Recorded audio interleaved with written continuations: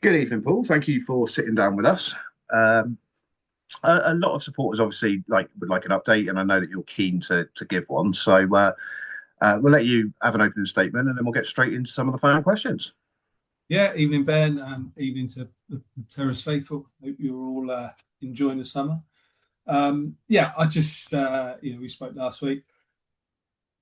Thought it was a good opportunity to give people a little sort of summer update where we're at. Lots of bits come back to me from social media around, why aren't we doing this? Why haven't we done that?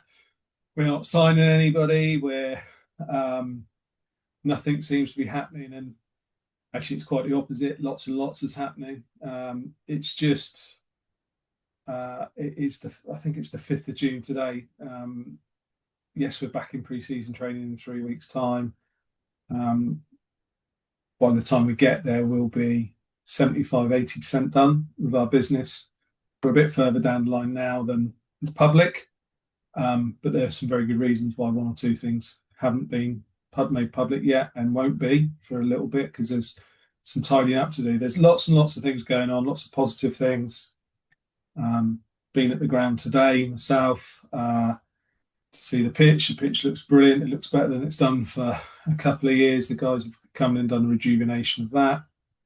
The Lady Luck has been with us. The rain's come down. Looks really good. Ian and Paul again were down there today, putting more water onto it, doing more work on it. So fortunate that they're there. Monday Club have been exceptional since the season's finished. The tunnel's been completed. The club shop is being extended and made bigger, and to try and get more stock in. Season tickets have gone well. The early bird has been well taken up on, and we today are slightly ahead of where we were this time last year, which I think is a good sign when we have dropped the league. So lots of positive things. Kits are on order. Most of the sponsorship packages in terms of playing kits and things like that are close to being completed or have been completed. So there's lots of positive bits and pieces going on. Could we convey some of it more? Maybe. We're always candid slightly with recruitment, because we like to get things done and filed away properly, because you don't want egg on your face. You don't want to announce you've done this and you've done that, and then actually it doesn't quite pan out that way. So we're slightly more methodical, and it's a tough market, if I'm honest, Ben, out there at the moment for players. There's some really silly money being thrown around, and really silly money being thrown at some players that aren't worth it, if I'm really honest. And it's really important that you just don't go storming in and spending all your budget really quickly and coming out on the wrong side. Have we got everybody that we wanted to? Mostly. There's a couple we thought we were in pole position to get, and then to get scuppered at the last minute. That happens every year. With a couple of the players of the areas that we were bringing them from, they weren't necessarily local. And players go on holiday, believe it or not. And this year's choice of non-league player holiday seems to be Bali or Dubai or South America. So they're not so easy to speak to players when they're not in Spain or Portugal or England. There's been a lot of time and effort being put in to speak with players and players' representation, and so it is a difficult window. And there is some, I say the players are asking for good money, because there are some clubs out there at step 3 and above that are paying really good money, which is their prerogative to do so. So it's a really tough window, but we're comfortable with where we are. Literally just before this, come off the phone again for, I don't know how many times I spoke to the manager today, and Jason and Robbie and a couple of other people that are doing recruitment with us. And we've opened up another 4 or 5 conversations today on top of ones that are already ongoing. Some will be positive and some not so. I mean, I'm hoping we'll complete on another player tomorrow, which will be a bit of a left field one, and but I think one that might excite the fans. Okay, well, you started a lot on the budget and sustainability, so I'm going to lead straight in with a relatively awkward question. How are we looking in terms of profit and loss from the last AGM going forward? And are we going to look like we're going to be posting a profit and be sustainable going forward, Paul? So, non-league football is a money pit. However much money you create, you generally spend. It's a really tough economical environment. I think we're all seeing that. We're all paying more money in the shops for the goods that we buy. That's no different for us as a football club. Those that are at the AGM would have heard me say it there. You know, there's things to bear in mind are the new national insurance rates. We worked on this figure won't be accurate because our budget's not the same this season as it was last season, but our national insurance contribution will rise somewhere between £7,500 to £10,000 on what we paid last year. That's a factor because effectively, if you break that down, that's a £250 a week player that having to find extra. Electricity bills and things like that all changed in the last year. That's doubled in price.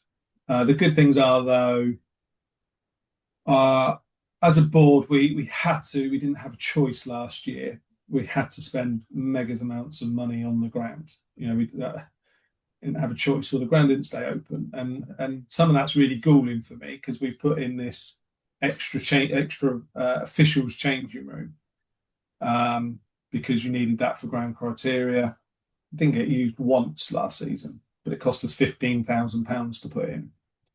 On the Tony Hobson stand, we spent £15,000 on some welding that's very specialist, and it's had to have a specialist firm to do that. So it's £30,000 that you don't gain anything back from. Everybody knows about the heating and the boilers. We are some of that's covered in by grants and works ongoing with that. A lot of other ground maintenance is covered by self, Simon, other members of the club, Ralph, Kelvin, all the different Pete Nash, and then all the volunteers. There's lots of unseen money, if you like, that goes in. When next year's accounts come through, it will show a loss. Part of that is because of the way we looked at the way the accounting was being done, and it didn't necessarily reflect the actual picture. So we've altered that. So the football club is very much, as is pretty much every non-league football club, is propped up by donations, directors' loans, goodwill, and that's the same for a lot of clubs, particularly clubs like ours that don't have an owner. So there is no sugar daddy pumping in vast sums of money every year. So we are running. We are absolutely fine. We manage the situation to the best of our abilities all the time. Myself and Ryan are really across finance, along with Calvin and Simon. Still, I know he's a vice president now rather than a director. As well as himself, the four of us have a very close working relationship. The big emphasis is always about generating more money. That doesn't change from year to year. I won't steal Ryan's thunder, but he's done some really good work already commercially, which is above our expected projections for the year. So depending on the season we have, and ultimately it comes down to what happens on the pitch, will have an effect on the bottom line. We try to always err on the side of caution. Clearly this year, with Dorchester and us being in the same league, there's a big gate there. With Poole, Wimborne, even Taunton, Gloucester travel quite well. There's some clubs in there that haven't come to Weymouth before, we haven't been to. So all of those things would suggest that we can expect some reasonably good crowds. But obviously, ultimately, that's defined by what happens on the pitch. If we're winning games of football, people want to come. We've obviously tried to, just to finish, we've obviously tried to incentivise the youngsters to come by making under 16s free, which we felt was a big statement to make. But that's the next generation, and we've spoke with different fans groups before we put the ticket pricing out. We understand last year we were expensive. We understand this year that we won't be one of the cheaper ones in the league. But we do that because we do need to balance the books, and we do need to put a product on the pitch. And as I say again, I'm not the owner. I'm just the custodian of the role of chairman for the time being, until I'm told otherwise. And it's not for me to keep pumping money in. Plenty of us do put our hands deep into our pockets over the course of the season to keep it going when it's needed and when it needs help. And that will continue to happen. We don't, lots of clubs rack up lots of debt against the clubs. We don't do that. We can't do that.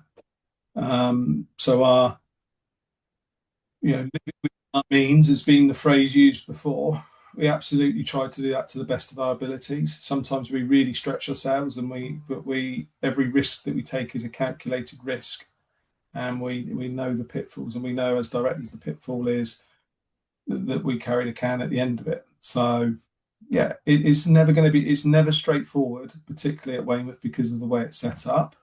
But we do everything to the best of our abilities with the best intentions, and we try and clear up any mess that we have. We try to do it within our group, but we're also trying to be more creative and more innovative of how we draw more money in, which is, as I say, is not easy in the current climate.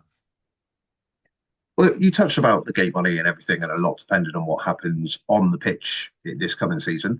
In terms of player recruitment, are you hands-on, Paul, or is Warren taking a driver's seat in this recruitment window? So, unlike last year where I wasn't, or the year before particularly, this year I have stepped more into it. There's obviously Warren's leading it as the manager. Obviously Jason's his assistant, so they're both very much heading up the recruitment because the players ultimately have to be the players that they want to work with. Yeah.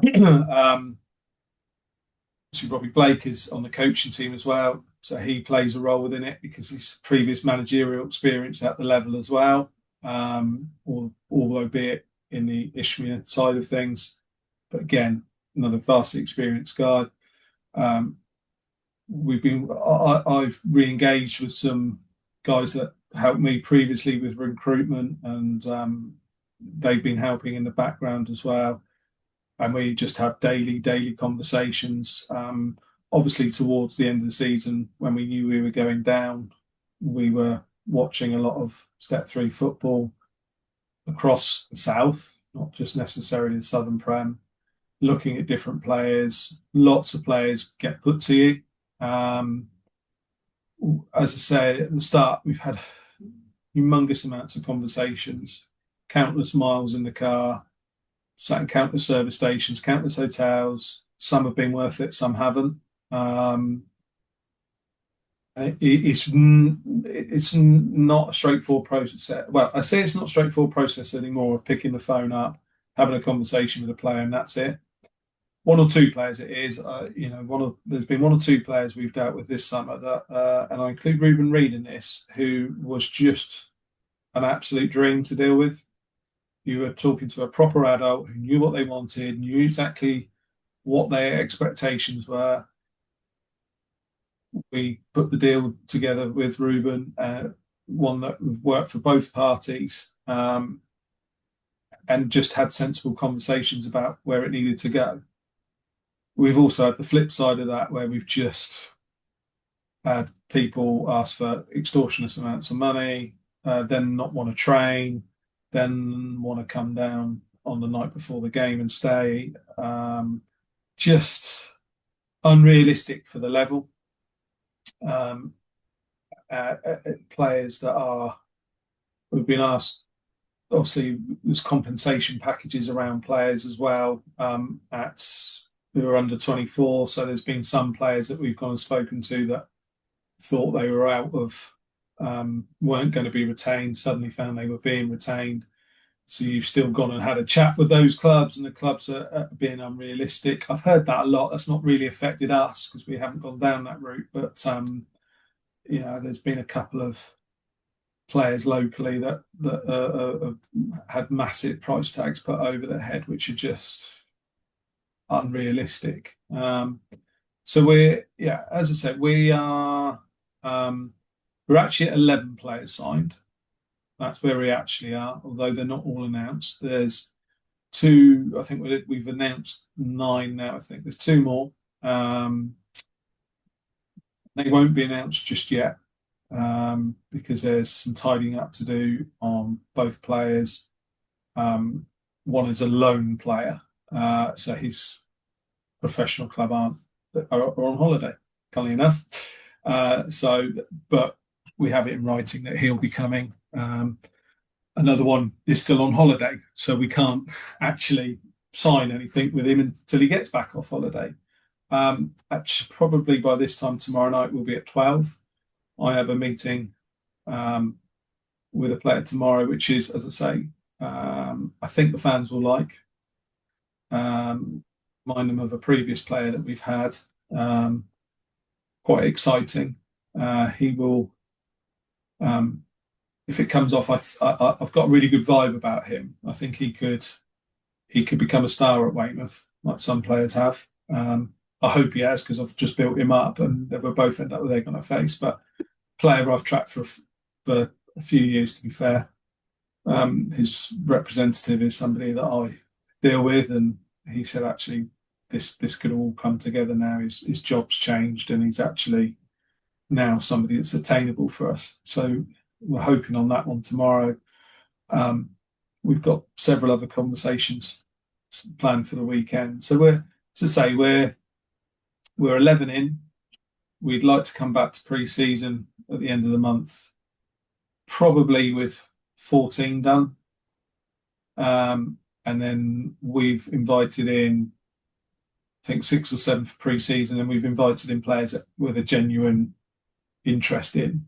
But we'd just like to see them because they're players we don't necessarily know much about, or players that are trying to make their way that we're aware of. So, we do have a plan of where we'd like to be, and we're not too far away from that.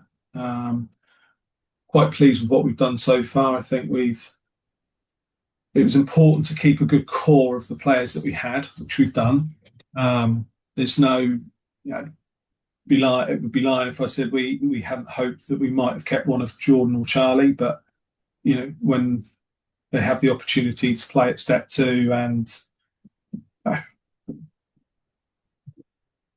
much closer to home, obviously for Charlie, signing at Hemel is literally around the corner. You can't begrudge them that. And I truly believe had they had not had those offers, I think we might have kept them.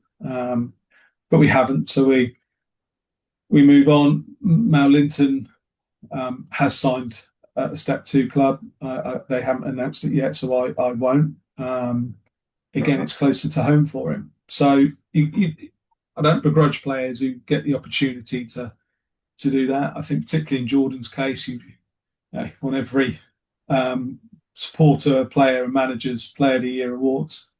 That's going to show that you've obviously had a good season. I know he's had some interest.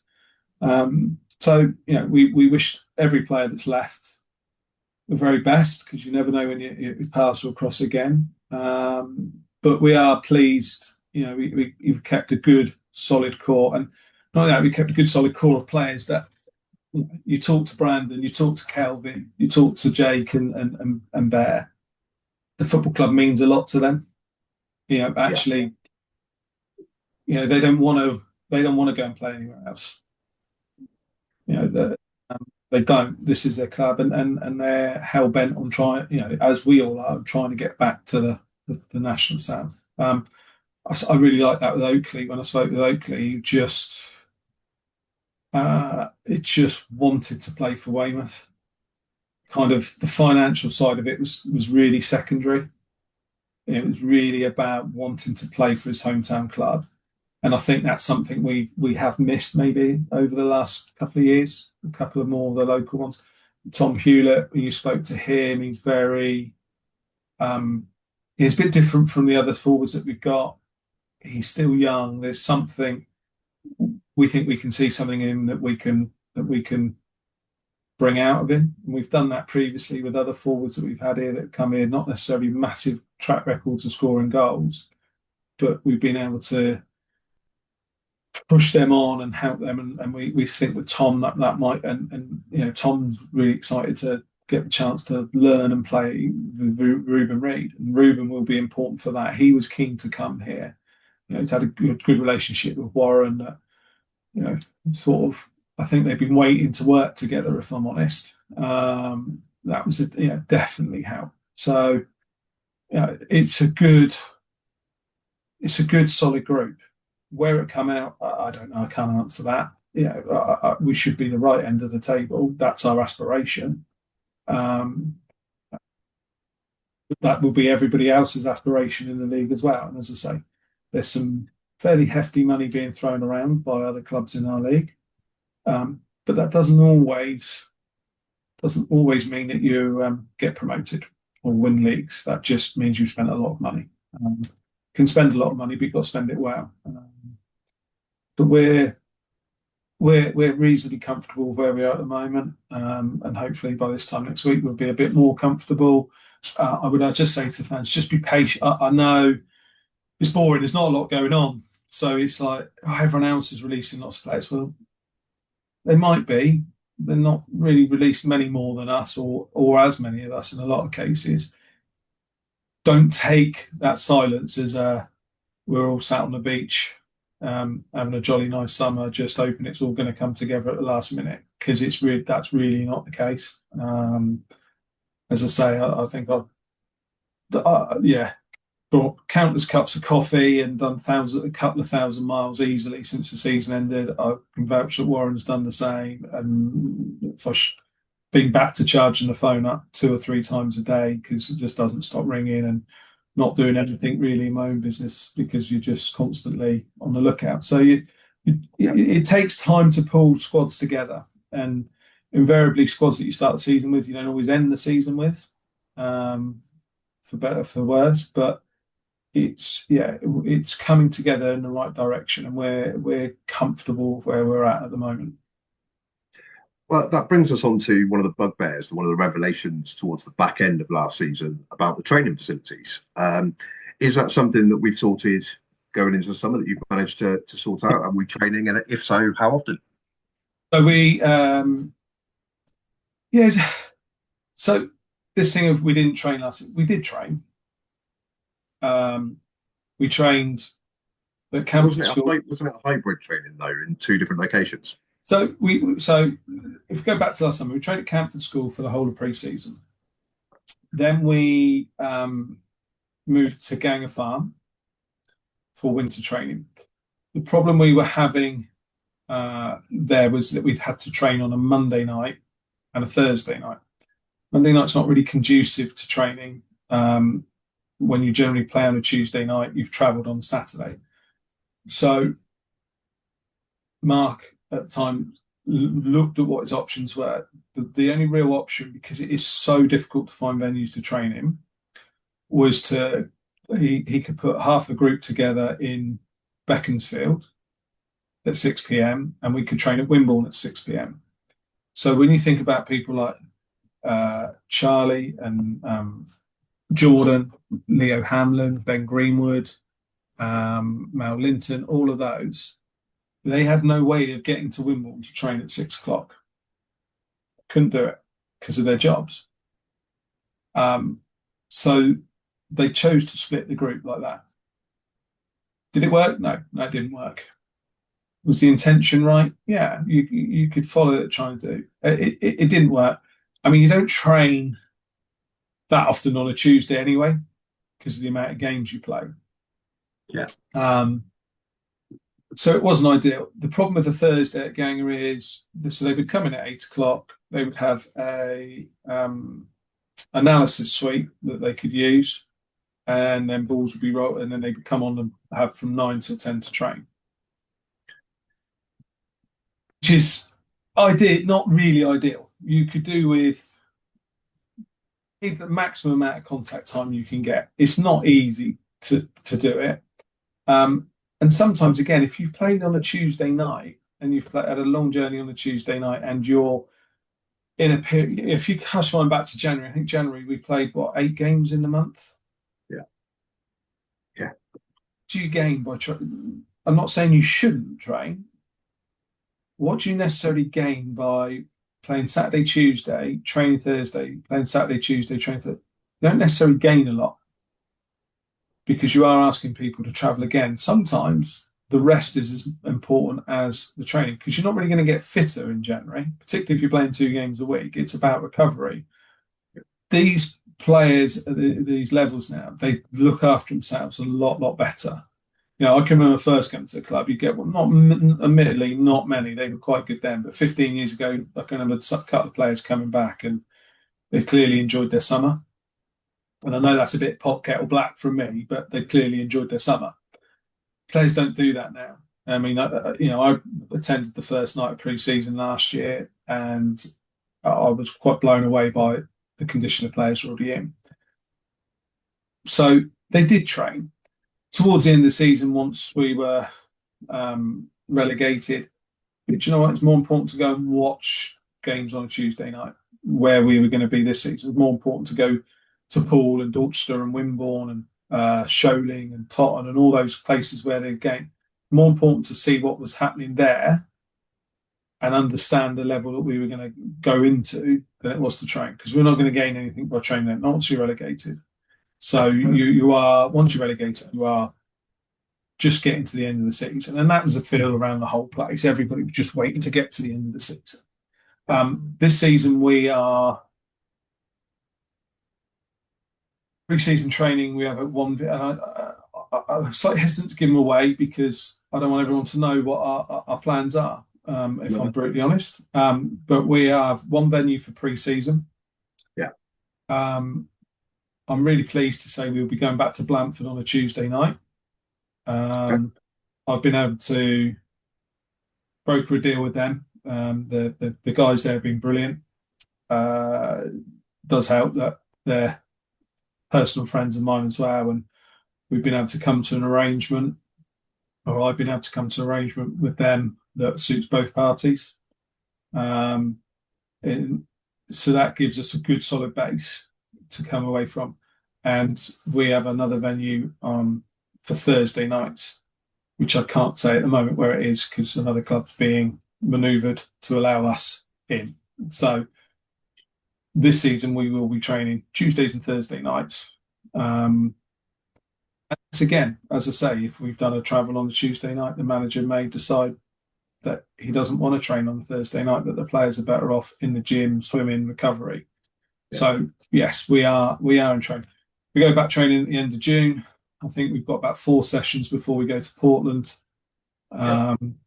There's, I think they'll be in like 3 times a week, which is fairly standard for pre-season and games. They are going for I say a weekend away. That's not a jolly up weekend away. They are, and it's certainly not glamorous. They are going to be playing one game that probably we'll wait to see. That probably going to be behind closed doors, but it's with a second chance academy.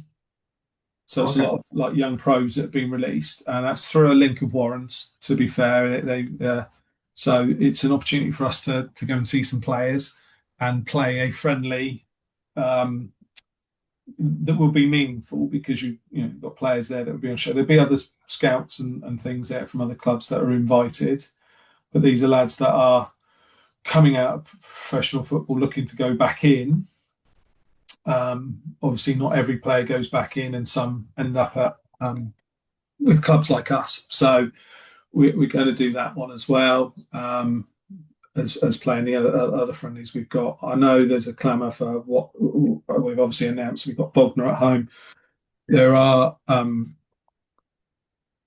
two other friendlies.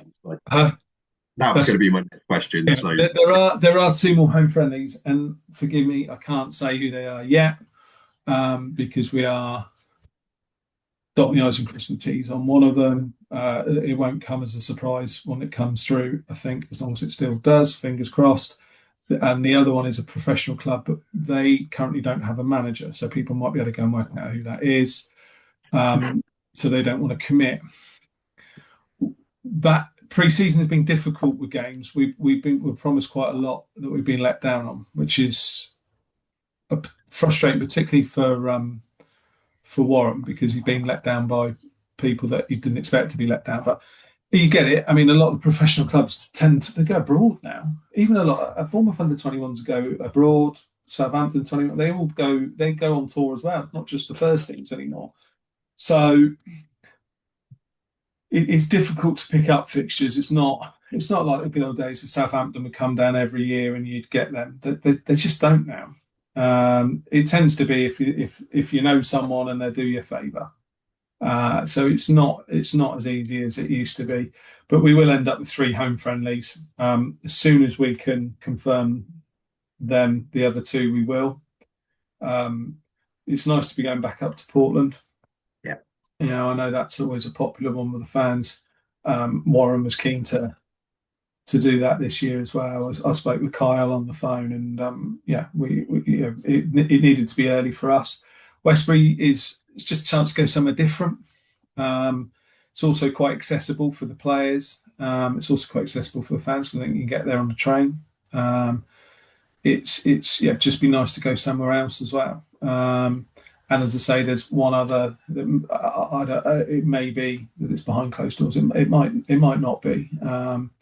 We're kind of be led on that by the academy. So there's games in there. Ultimately, the important stuff starts on the 9th of August. If one of your questions is when are the fixtures out, I believe not till around the middle of July. Read my mind. Yeah, because it's a frustration for us as well, because you want to plan everything and you can't until you know. I say you could read my mind, but it's actually the list of fans' questions I have here to my right. In terms of season ticket sales, how are they looking? How are the early bird sales this year? Really good. Thank you to all of those that have purchased their tickets already. I know for some it's a bit of a leap of faith, and I know there's some that are hanging off, or if the squad's not good, and I get that. That's why you can still purchase them. We brought the 3 instalment plan in, 3 monthly instalment plan in. That was mentioned at the AGM by a shareholder. I thought it was a really good idea. I'm pleased that we've been able to do that. I feel we've priced it about right for us because of as I said earlier, the need to generate money. I think as I say, I was at the club today. I think we're on par or slightly above where we were at this time last year, and we've had a slightly shorter window on the early bird. So all in all, they're going quite well. We are pre-season ticket prices aren't out yet, just simply because I think we're going to look at once we know the games, we will look at what kind of if we do like a 3-game package, like we did last year. I think we did 3 games for 25 quid or something. We will do something similar. What the prices are, I'm not quite sure yet. But as soon as we have those confirmed and the dates confirmed, we will put all that out very quickly together. But yeah, all in all, as I say, uptake's been good, and we're thankful for that. The objective for the season itself, is it to stabilise? I know that you're very keen to go back to the National League South, but are you aiming for promotion at the first attempt, Paul? Sorry. Right.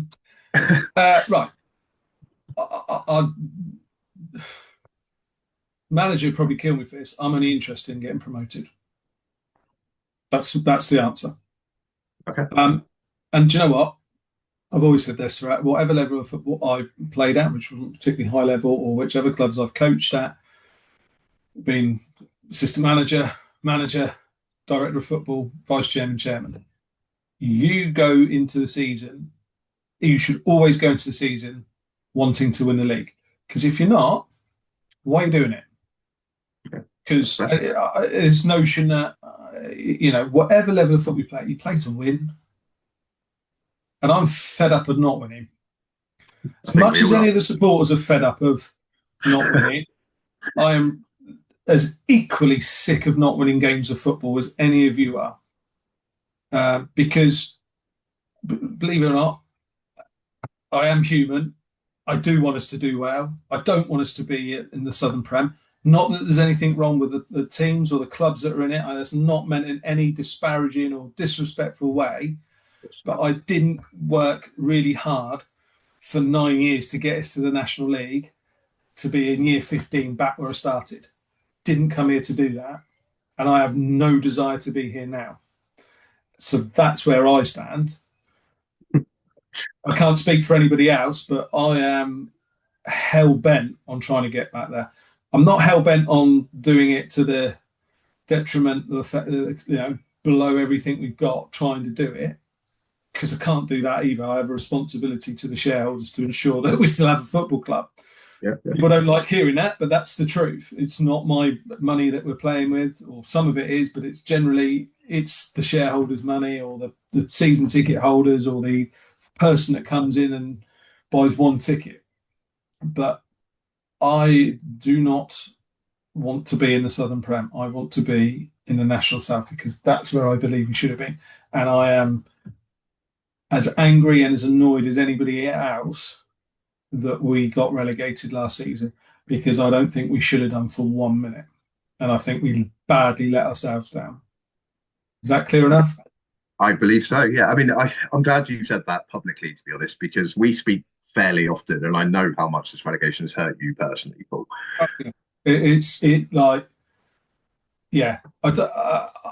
know when we did I spoke to the fans at the end that stayed for the presentation. I know people in the room could sense it then, because it hurts. It really, really cuts quite deep, and it's because for me, Ben, I feel like I let a lot of people down. I let people down because we got relegated. I don't go across the line and go on the pitch, but ultimately, as the figurehead of the club, the buck stops with me. So I felt that I let a lot of people down, and I let myself down as well. And I just felt that I didn't feel what I was watching represented me or who I am now. But more importantly, I didn't feel that what I was watching and seeing represented our town, our club, and our fans. I didn't feel that. I felt that at times, not every player, and it would be unfair just to pin everything on the players, because that's not fair. But I just felt when the extra bit needed to be done, or bit of leadership needed from within the group of players, I felt that wasn't there. And I felt that for some of them it didn't matter. And that's I can accept losing. You will lose games of football. That will happen. We may very well lose the first game of this season. Hopefully not. Hopefully we have a nice win and we're off and running. But you lose games of football. It's very rare that you don't. But for me, it's about how you react from that. And I think, and I felt that this was probably a thing for a lot of fans and people from the outside. Go to Yeovil and knock them out the trophy. Then we turned up at Hemel on the Saturday and were absolutely dreadful. Yeah. That's not acceptable. And when you look across our result, yeah, we beat Dorking away, we drew with Worthing at home, beat Boreham Wood, it drew away at Truro. Yeah. When you look at some of the results, you do question it. You do question the mentality sometimes, and I don't know.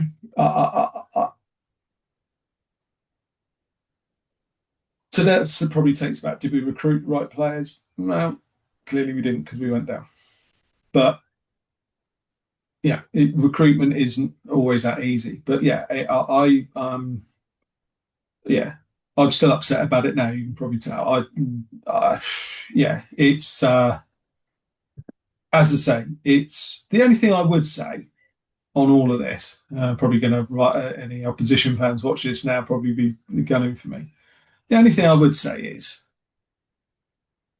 we have had, although it's been painful the last couple of years, we have had, we've gone somewhere. We've gone to the National League and we've had 2 years there and we loved it and we didn't really want to come out of that.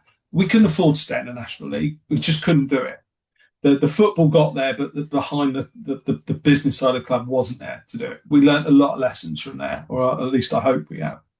The South is probably where we are about right.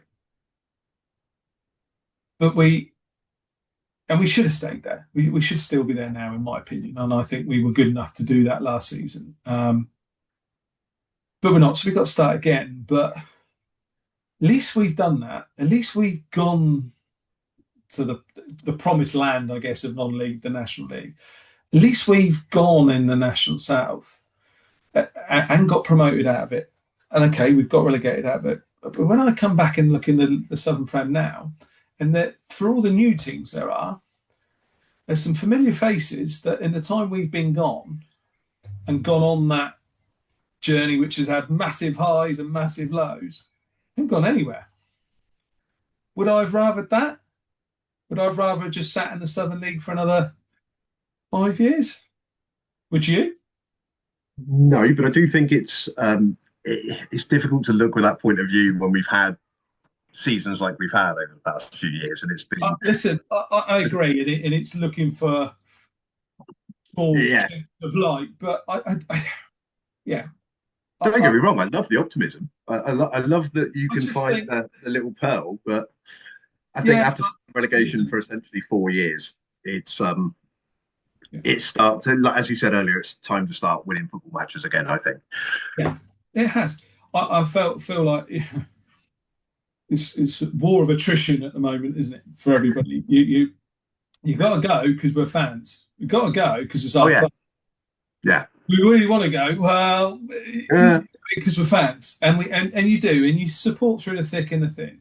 I think the bit that I don't like is we seem to, which is brilliant. We seem to have acquired a new, younger group of fans again. There seems to be a new generation coming through, and I feel for them because they haven't seen any of that positive stuff before. I feel for them because, and they were brilliant at times. You know, the amount of times the players come off, or the manager come off and said that the young lads, like, they're great. And don't get me wrong, that's not saying they don't appreciate the other supporters, but you know, when you're getting relegated, but you've still got a real little hardcore group of fans who are still singing and still, and some of it's comical, you know, and you understand it, and it's tongue in cheek.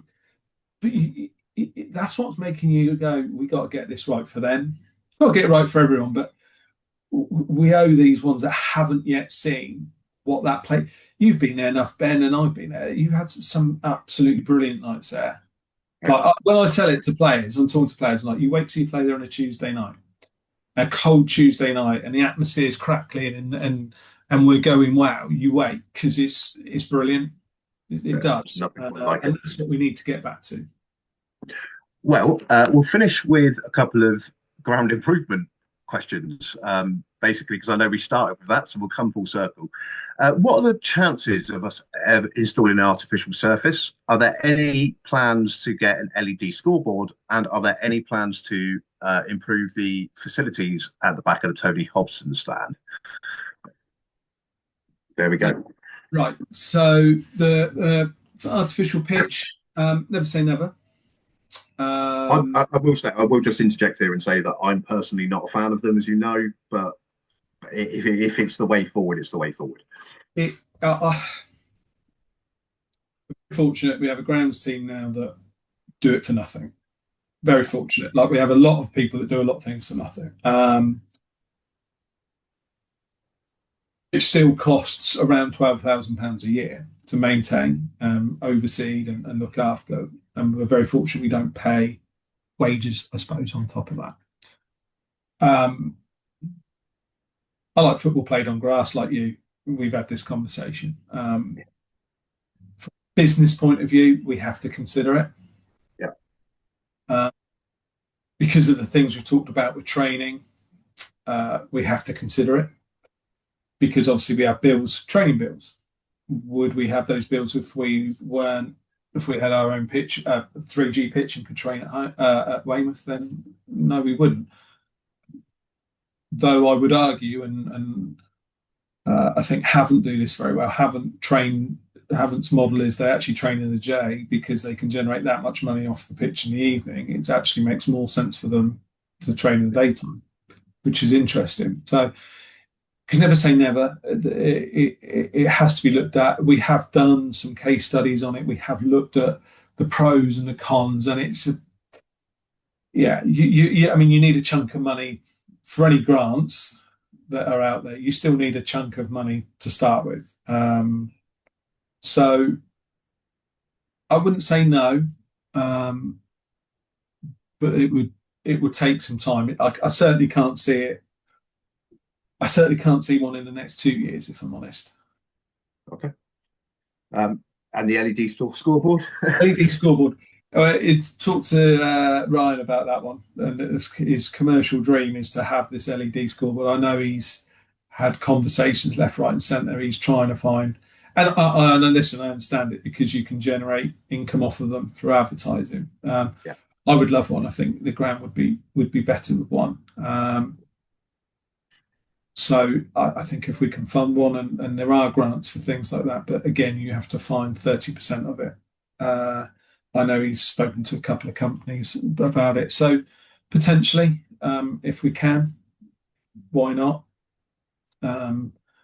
It's an aspirational thing rather than something that we desperately need. But it's good to be aspirational.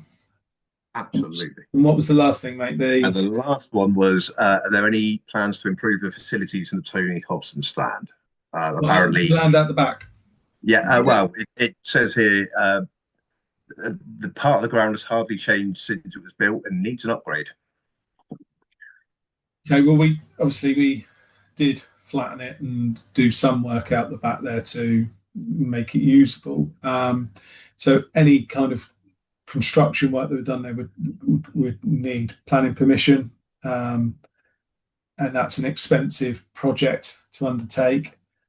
Yeah. We have a ground now that can cope with 6,500 people, and we don't feel that. Is there, if you're talking about in ways to generate income, by whether that's storage units or facilities out the back, then yeah, always looking at things like that. As we always are. I mean, that's something that we discuss a lot, is different ways, innovative ways to try and generate more funds on non-match days. Because if you think about it, really, other than when there's fixtures there, the rest of the time the ground sits empty. We've done a few smaller things this year where we've been able to rent out spaces to companies to come in and run training programs and things during the week. So we've done a few of those things. Ultimately, it's still difficult when we don't own all of the car park and all of the land to do too much with. But again, that's an ongoing process. We're still entrenched in that and looking at different options on that. There is no update on that, by the way. There's just more conversations. It's a long-winded process, and thankfully, Simon is leading that one for us because he's well versed with it, having been there chapter and verse. But it is a conversation that is regularly reviewed. There is a couple of ideas being put together, because ultimately having some of that land back and allowing us to generate income from other streams would clearly benefit the football club. But it's acquiring that piece of land at the right price as well. So, yeah. And on just saying on that, there was the Boost the Budget campaign last year as well. Is that ongoing this year? Is that I still going? believe Ryan is planning on launching it again. If I'm honest, it's commercial. He's been absolutely flat out. I know they've sold some of the match day sponsorships and stuff already for next season before the fixtures have come out. I know he's been extremely busy on some of the bigger commercial items.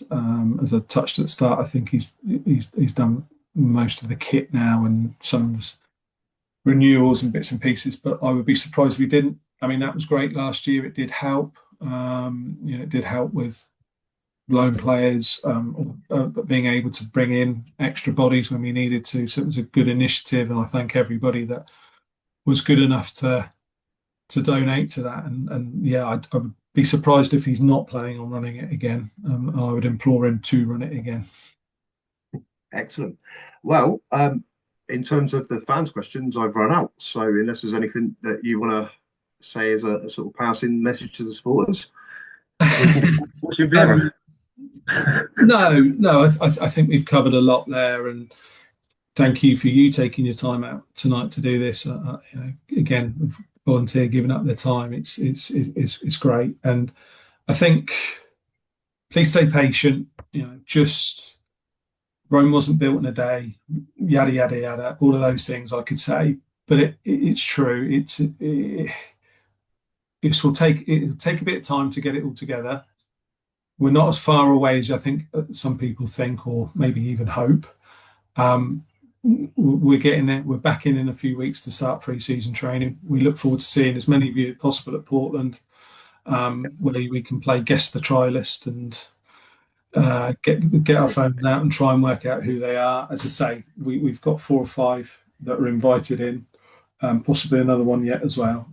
Keep your eyes peeled on socials. I'm not going to tell you there's going to be suddenly a big announcement over the weekend or next week, because I think that's unlikely. I think we'll be, we'll have another little quiet period again now where we just get a few more tied up and a few other things lined up, and then hopefully with what's in the pipeline, we'll please the supporters. Other than Excellent. that, enjoy your summer, and we'll see you very soon. We'll see you very soon. And don't forget, ladies and gentlemen, for any away games that you can't get to, Radio Terrors will have you covered for the Southern Premier League this season. Paul, thank you very much for your time. Cheers, Ben. Thanks, mate. Cheers. Bye.